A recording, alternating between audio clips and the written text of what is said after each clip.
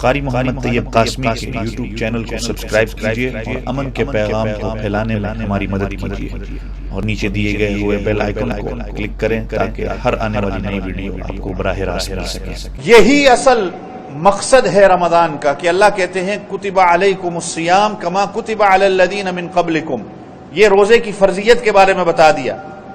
لیکن آگے جا کے اس کا مقصد آپ کو بتایا لعلکم تتقون۔ یہ اگر دل کے اندر نہیں آیا تو پھر روزہ نہیں ہے، پھر ہماری ایک قسم کی یہ ڈائٹنگ ہو گئی یا پھر اپنی ٹانگوں کو تھکانے والا کام ہو گیا۔ روزہ اگر آپ کو نہیں بناتا، آپ کے اندر کو تبدیل نہیں کرتا، آپ اگر رمضان سے پہلے جیسے تھے ویسے ہی رہے تو آپ کے روزے کا اور میرے روزے کا پھر کوئی فائدہ نہیں، کیونکہ اللہ کے رسول صلی اللہ علیہ وسلم نے فرمایا کہ جو خیر کی طرف بڑھا اس کو تمام اچھائیاں مل گئیں، اور جو محروم رہا وہ تمام اچھائیوں سے محروم رہ گیا۔ آپ صلی اللہ علیہ وسلم نے بد دعا کی جو رمضان کو پائے اور اللہ سے اپنی بخشش کو نہ پا سکے۔ یہ عید کا دن جو اللہ کی طرف سے ہمیں دیا جاتا ہے، میں آج یہ صبح کسی عرب کے اشعار پڑھ رہا تھا کہ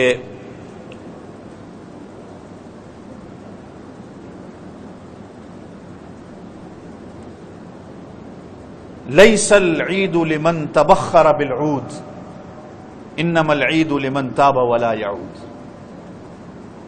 کہ عید ان کی نہیں جنہوں نے عمدہ خوشبوؤں کا استعمال کیا۔ عود خوشبو ایک جانی پہچانی خوشبو ہے، نبی علیہ الصلوۃ والسلام کی سنت ہے، ہر بندہ جانتا ہے، بلکہ آج تو غیر مسلم بھی اس کا استعمال کرتے ہیں، دوائیوں میں استعمال ہو رہی ہے، کھانے پینے میں استعمال ہو رہی ہے۔ لیس العید لمن تبخر بالعود انما العید لمن تاب ولا یعود، عید اس کی نہیں کہ جس نے عمدہ عود اور خوشبو لگائی، بلکہ عید اس کی ہے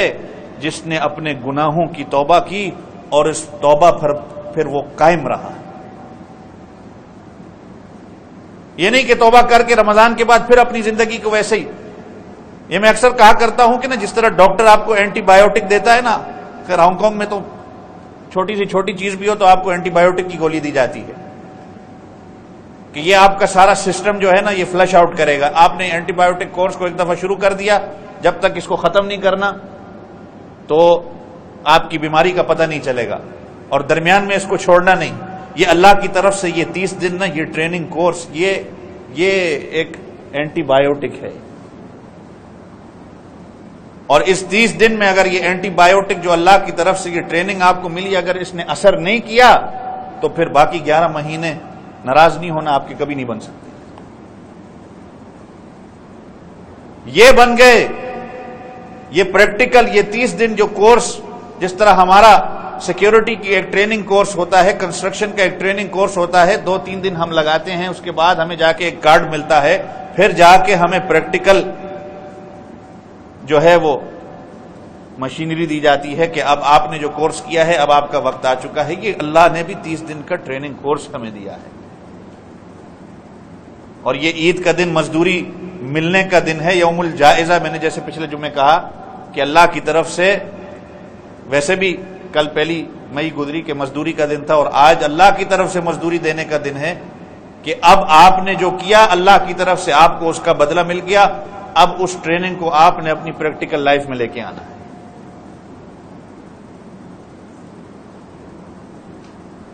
اور پھر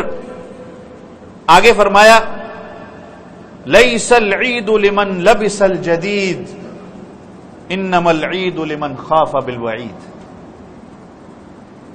عید ان کی نہیں جنہوں نے عمدہ لباس زیب تن کر لیا، بلکہ عید ان کی ہے جنہوں نے اللہ کی وعید کو پکڑا اور اللہ کی وعید سے ڈرے۔ ایک ہوتی ہے عید، ایک ہوتی ہے دید، اور ایک ہوتی ہے پھر وعید، کہ جیسے کہا گیا نا کہ روزے دار کو قیامت والے دن اللہ کہتے ہیں کہ الصوم لی وانا اجزی بہ،